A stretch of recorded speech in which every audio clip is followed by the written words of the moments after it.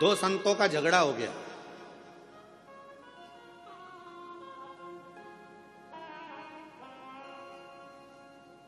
और आपस में दोनों झगड़ लिए।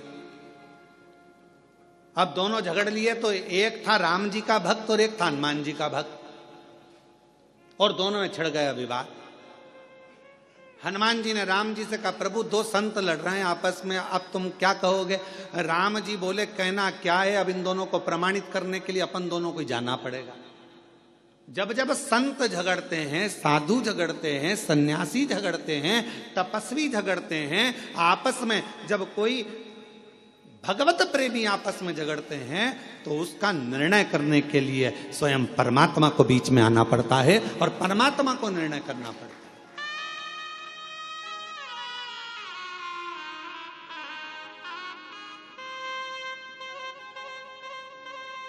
महाराज जी, कई लोग कहते हैं कि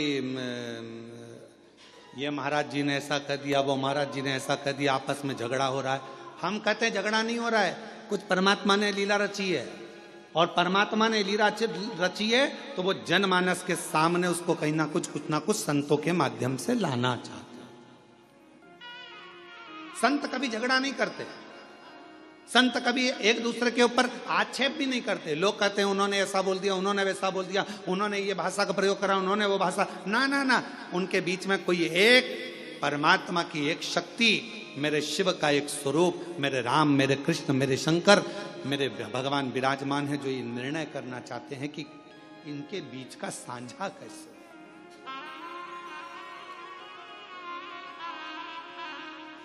पार्वती जी बोली तुम गलत गिन रहे हो, शिव जी बोले तू गिन ले। फिर पार्वती जी ने गिनती लगाई, 1 2 3 4 5 6 7 8 9 10 11। शंकर भगवान से पार्वती जी बोली ये तो 11 है। शिव जी बोले देख मैं वापस गिनता हूं, 1 2 3 4 5 6 7 8 9 10 11 12। फिर पार्वती जी बोली तुमने फिर अपने आप को गिन लिया। शंकर भगवान बोले कश्यप ऋषि से पूछ ले कि कश्यप बाबा तुम ये 11 शिवलिंग बनाते हो कि 12 शिवलिंग बनाते हो?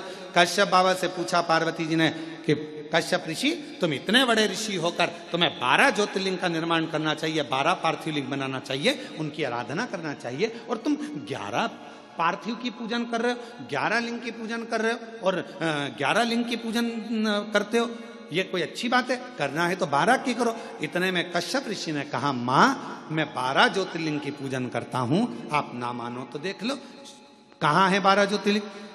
कश्यप जी ने कहा 1 2 3 4 5 6 7 8 9 10 11 और कश्यप जी बोले 12।